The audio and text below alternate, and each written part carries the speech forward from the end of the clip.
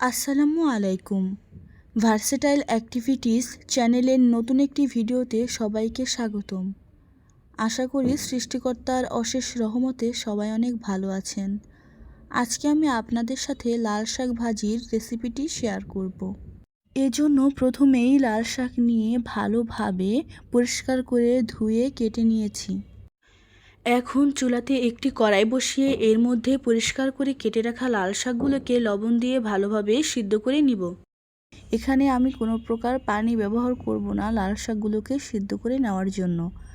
লাল শাক থেকে পর্যাপ্ত পরিমাণে পানি বের হয়ে আসবে এবং ওই পানিতেই লাল শাকটা ভালোভাবে সিদ্ধ হয়ে যাবে।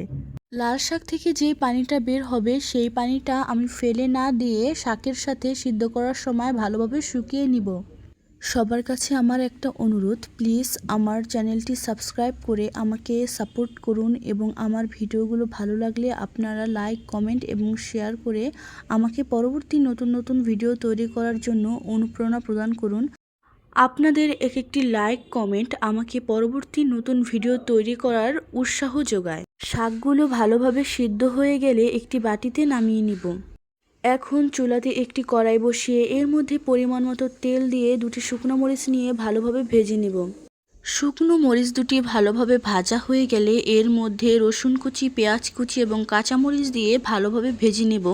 খেয়াল রাখতে হবে এটা যেন গাঢ় বাদামি বর্ণের না হয়। হালকা বাদামি বর্ণের করে ভেজে নিয়ে এর মধ্যে আগে থেকে সিদ্ধ করে রাখা লাল শাকগুলোকে দিয়ে দিব। এখন লাল শাকে লবণ দিব না, কারণ লবণ দিয়ে লাল শাকটা সিদ্ধ করে নেওয়া হয়েছিল। এখন লাল শাকটিকে ভালোভাবে নেড়ে ভেজে নামিয়ে নিলেই রেডি সুস্বাদু এই লাল শাক ভাজি।